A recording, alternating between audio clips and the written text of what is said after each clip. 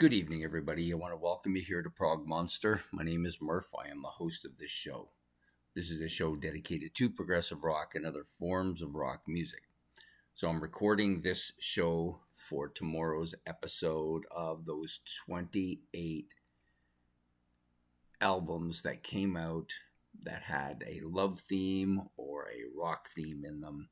This is the series that I am running for the month of February. So it's kind of a Valentine's type thing that we're doing this month. And so I've picked out some albums that have either the word love or some love connecting thing like loving or loves or something like that, or heart attack or anything like that in it. And I've chosen an album from a band that I like. I don't necessarily love the band. I think they're very good. They have 3 albums that I absolutely adore. I'm not so good about with the rest of them, but today's album is a bit of an oddball in the discography for me. So, and the reason I think it's an oddball is because it's the one album that they've produced or that they've done that I don't own but would like to own. So we're talking about Sheer Heart Attack from the Queen. From the Queen.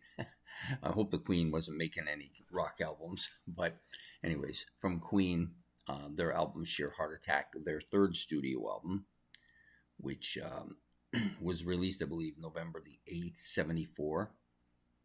So the reason I like this album, it's a little bit different. So I never really warmed up to Queen 1 and 2. And you think that I would. They kind of fall well within the range of the type of music I like. They're hard rock.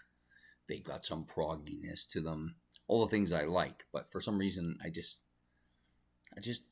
don't mesh well with those 2 albums. This one's a different story, though. So this one, to me, is transitioning from that to the Day at the Races, Night at the Opera, News of the World albums, 3 that I love. This one's kind of making that transition. It has a lot of similar qualities to those albums. It's got some quirky kind of medley like things going on. It's got some hard rock and stuff going on. There's some proggy stuff going on here. The vocals have become a lot more prominent on this, although some people would say there was lots on the first 2 as well. And there's a little bit of quirkiness to some of the songs. That's kind of the way I like my Queen. So, anyways, this album, it's got 13 tracks on it, I believe, which is a little bit different. Most bands at that time period that were putting out this type of music were putting like 8 to 10 songs an album. They've got 13, but it's fine. Some really good stuff on this. So you've got a couple of songs that are really kind of heavy rockers, like Brighton Rock. Looking for the other one on here.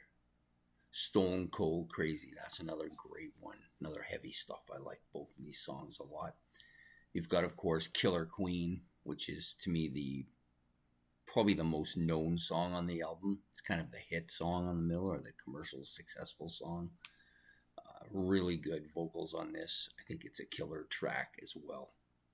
And then you've got some quirky stuff on here too. Lots of little In the Lap of the Gods, kind of a little bit of a quirky tune. Yeah, and there's one here with Roger Taylor actually doing some vocals on it, and that's Tenement Funster. Yeah, it's a little bit different. I think Brian May does do lead vocals on one track. Yes, She Makes Me, which is a stormtrooper in silhouettes. Yeah, so Queen is known for these kind of weird, kind of different sounding songs that aren't really any particular type of rock, but do have some rock elements to them. So, yeah, I like this album a lot. I would like to own it, because I think if I owned this album, it would get played quite a bit and would probably make me have, because I have 3 albums I love by them. This would probably make it 4. But most of the stuff that came out after News of the World, I've experienced because it was coming out as I was growing up, and I never really took to any of it. And it's the same with the first 2 albums, Queen 1 and Queen 2. I've never really kind of warmed to them for whatever reason. That might change in the future, but it hasn't at this point. So this would be good to maybe give them that fourth album in my collection for me. So, anyways, that's the album I chose to talk about today, Queen's Sheer Heart Attack. The only other thing that I never mentioned is that it's funny that the album's called Sheer Heart Attack. That the song by Queen, Sheer Heart Attack, which is a song I absolutely love, is actually on News of the World, which then gives it that kind of similar thing that Led Zeppelin did with Houses of the Holy when they put it on physical graffiti. It's kind of a strange thing, but